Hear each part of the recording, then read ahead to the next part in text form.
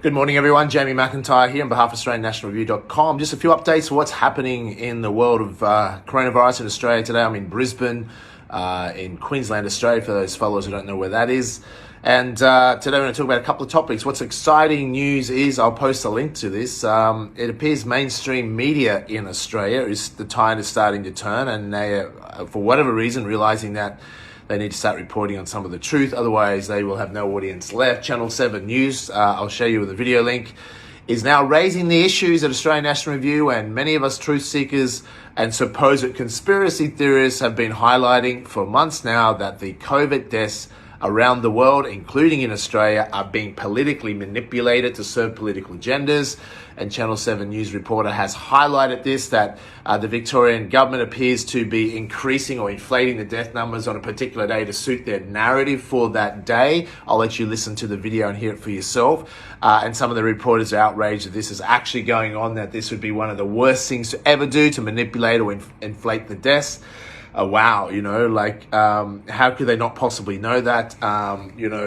Anyone that was doing any basic research would have knew this in the very early days, that when the first assessment of the deaths in Italy come out by the National Health Institute in Italy, that only 12% of the deaths are listed or promoted by the media and government had died of COVID. That has since been done, because that 12% was even under question. They're now saying as low as 1.2% to a maximum of 4% of the deaths, we were told, in Italy actually died of COVID. And remember, Italy was the first country outside of China that really scared the world, the global public, and what led to Bill Gates funding Imperial College studies, modelling and other modelling, which was then used to manipulate and scam our Western governments, including Australia, into committing economic suicide and excessive lockdowns, which were never necessary, are not effective, and are ludicrous, and only lead to increased indirect deaths such as suicide. How many friends, including some of my friends, how many people are struggling health-wise because they were meant to have elective surgeries, etc., which hospitals have been left empty for this so-called global pandemic that was coming, but most hospitals have been empty for months now, and people that need medical assistance for other things haven't been getting it. So indirect costs, not to mention the bankruptcies, loss of jobs, and destruction of so many people's dreams over false modelling that Bill Gates funded, not inadvertently to mislead, but I'm suggesting clearly deliberately. And even within days of retracting that modelling, where 160,000 Australians would have died by April, several million in America, the governments did not then retract the excessive lockdowns. The politicians, instead of saying we were scammed, we were manipulated, we were lied to, and we've made a mistake, we're now going to end these lockdowns, kept on trying to cover up their mistake by saying, well, no, lockdowns work, and the only reason we don't have all these deaths, even in Australia, 160, because of the lockdowns. Now, that is the biggest lie. There's no scientific basis for that. It's clearly shown now around the world that countries that did the lockdowns have actually had the worst death rates. The countries that didn't have been most successful. Sweden, go check it out, how well they've done. How about Taiwan? Taiwan refuses to be a member of WHO, close to China. One country you would have thought would have had a mass pandemic, but guess what? No pandemic, very few deaths at all, no excessive lockdowns. So go figure. If you're not a member of WHO, following WHO's World Health Organization guidelines, tend not to have a pandemic. Look at many African countries, no pandemic, because they said this is a fraud, this is a globalized, falsified pandemic, and we're not saying the virus may not be real. Yes, virus is real. No big deal. There's viruses every year. I mean, there's flu viruses around every year. Coronavirus, go look it up, listed in the medical journals. It's a common cold. It's a common flu. But this one's novel. But yeah, whatever, okay? Whatever. Its death rate, if it's a real pandemic, which we know it's not, under the definition of 2010, it's not. It's a hyped, politicized pandemic. So what if the virus is real? Man up. We've dealt with the man flu before. Unless you're already sick and dying or sick, you have nothing to be particularly concerned about with this virus. Certainly not enough to destroy our way of life over. But if you're sick and dying, unfortunately, you have anything can be deadly. So let's keep that in comparison. But either way, we know it's a falsified pandemic, and we don't know that yet. Well, clearly, even you start watching Channel 7 News, as many people do, or Channel 9 News, even they are starting to question the COVID deaths and the politicised agenda behind the Victorian government in Australia. So continue on with that.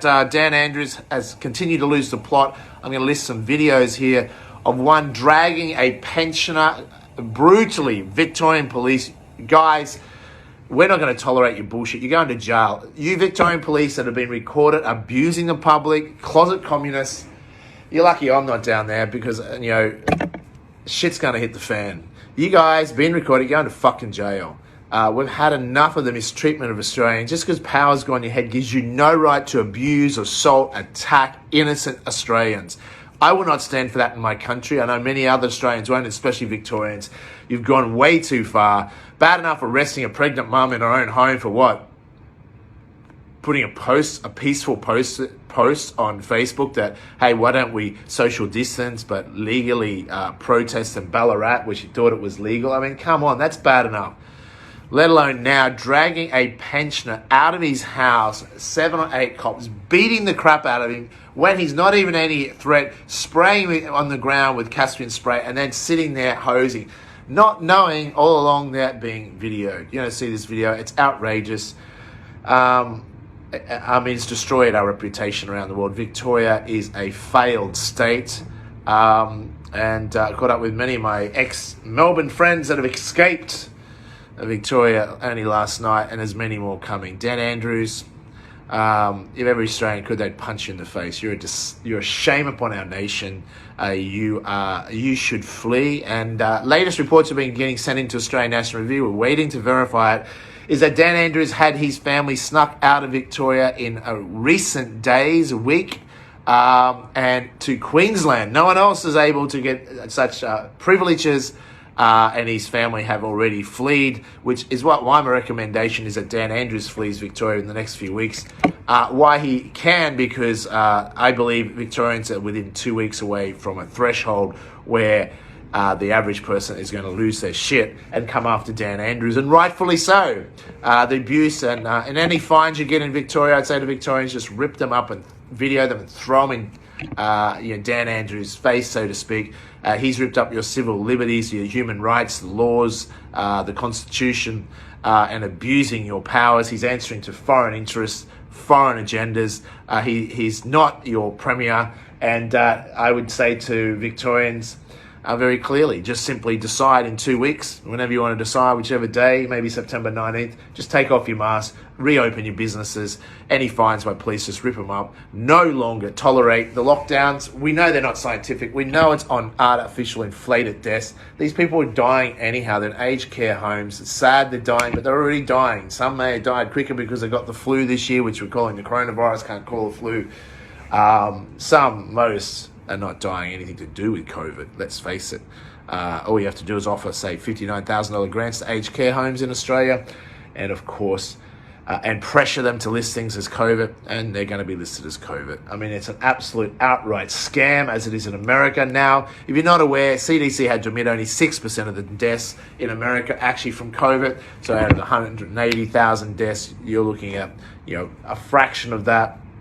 So we highlighted this a long time ago. I estimated 5-6% months ago on simple, having third grade mathematical abilities, you would have figured out this is a falsified pandemic. If you haven't figured out that yet, maybe go back and do third grade mathematics. Really, come on. It's come out also in America.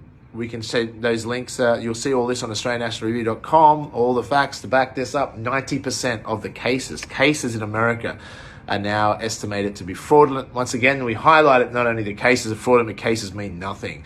So not only in America are 90% of the cases now found to have been fraudulent, falsified, is that those percentage that do are counted as cases are not sick. Only a tiny percent of those actually show any symptoms.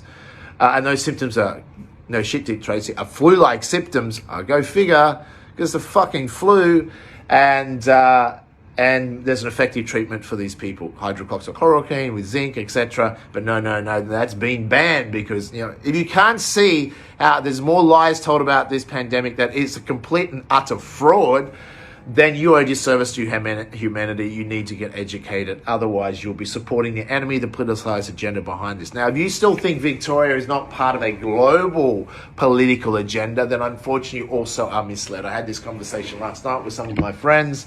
You just don't know what's going on. Unfortunately, I wish I was wrong with my predictions. I've been very accurate throughout the last 10, 20 years of predicting things. And I wish I was wrong. But unfortunately, if many of you out there do copious amounts of research like myself, you find out the facts and you can't live in the bubble and live, this is just a conspiracy theory, and kind of deny reality when the conspiracy theories, as we know, are fed to you on the mainstream media and CNN, etc. daily. And most people accept them without questioning, without demanding evidence. But no, they want to question any alternative narrative. As I said, it's time to grow up and get on with this. Australians, you don't have to tolerate this much longer, Victorians. The tide, I feel, is turning against Dan Andrews when we now have mainstream media. ABC News is also highlighting the police brutality down there. So hopefully some of the media in Australia will start doing their proper job and asking questions and stop pushing a global political agenda that their editorial masters feed them to do. Anyhow, let's talk to you soon. Rallies around Australia today, starting various times. I'm in Brisbane and we'll be off to check that one out as well. Talk to you soon.